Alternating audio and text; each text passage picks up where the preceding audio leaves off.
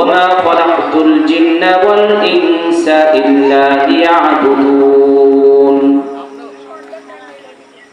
الله رب العالمين আদম আলাইহিস সালাম থেকে নিয়ে কিয়ামত পর্যন্ত আনেওয়ালা সকল বান্দা বান্দীদের লক্ষ্য করে বলেন,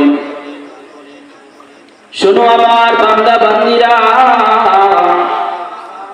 তোমাদেরকে আমি শুধু শুধু এই দুনিয়ার বুকে প্রেরণ করি নাই। আমার প্রেরণের লক্ষ্য উদ্দেশ্য হলো ওয়ামা খালাকতুল জিন্না ওয়াল ইনসা ইল্লা লিয়াবুদুন। আল্লাহ বলেন, আমি জিন এবং মানব জাতিকে একমাত্র আমার দাসত্ব, একমাত্র আমার গোলামি করার জন্যই দুনিয়ায় প্রেরণ করেছি। দুনিয়ার মোহে পড়ে, দুনিয়ার পিছনে মত্ত হয়ে বিভিন্ন নেতাদের পিছনে দৌড়াইতে দৌড়াইতে তুমি আমার সৃষ্টির আসল লক্ষ্য উদ্দেশ্য ভুলে গেলা।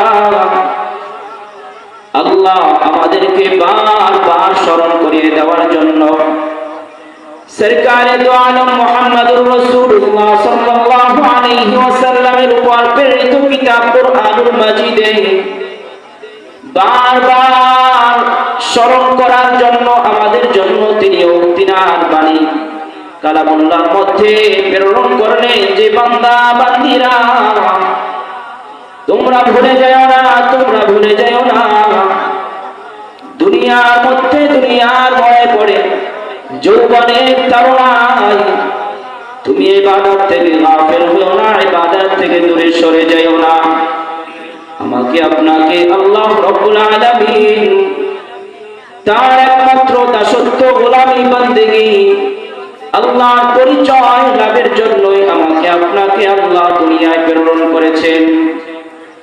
দুনিয়ায় বসে যদি আমরা আল্লাহর ইবাদত বান্দেগী করেন, বেশি বেশি নেক আমল করে পরলৌকিক জগতে পাড়ি জমাতে পারি, আমার আপনার কি ফায়দা?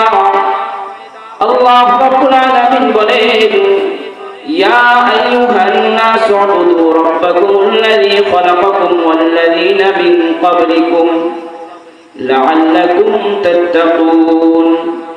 হে মানব জাতি, তোমরা তোমাদের পূর্ববর্তীদেরকে যেই রব সৃষ্টি করেছেন, তোমাদের বাপ দাদা আদম আলাইহিস সালাম থেকে আমি পর্যন্ত তোমাদের পূর্ববর্তীদেরকে যেই রব সৃষ্টি করেছেন, সেই রবের ইবাদত করো, সেই রবের ইবাদত করো।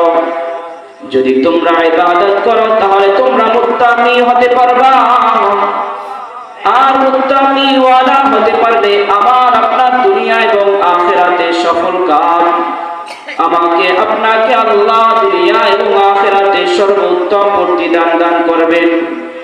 আল্লাহ রাব্বুল আলামিন সূরা বাকারার মধ্যে বলেন, ইন্নাল্লাযীনা আমানু ওয়া আমিলুস সালিহাত কানাত লাহুম জান্নাতুল ফিরদাউসি নুজুলা।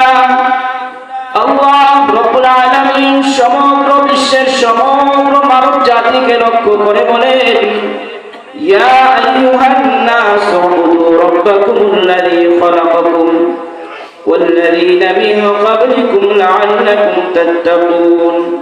আল্লাহ বলেন, ইন্নাল্লাযীনা আমানু ওয়া আমিলুস সালিহাত, নিশ্চয় যারা ঈমান এনেছে এবং সৎ কর্ম করেছে, কানাত লাহুম জান্নাতুল ফিরদাউসি নুজুলা, আমি আল্লাহ তাদের জন্য জান্নাতুল ফিরদাউস অবধারিত করে রেখেছি।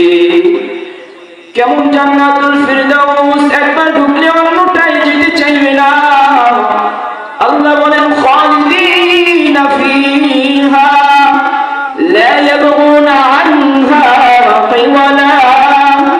জান্নাতুল ফিরদাউস এমন জান্নাত, প্রবেশের পরে কোনো বান্দা বান্দি অন্য জায়গায় স্থানান্তরিত হতে চাইবে না। আল্লাহ জান্নাতুল ফিরদাউসে এমন এমন নাজ নিয়ামত দিয়ে পূর্ণতা করে রেখেছেন, একবার যে বান্দা বান্দি জান্নাতুল ফিরদাউসে যাইবে, অপর কোন জান্নাতে যাওয়ার জন্য সে আগ্রহ প্রকাশ করবে না।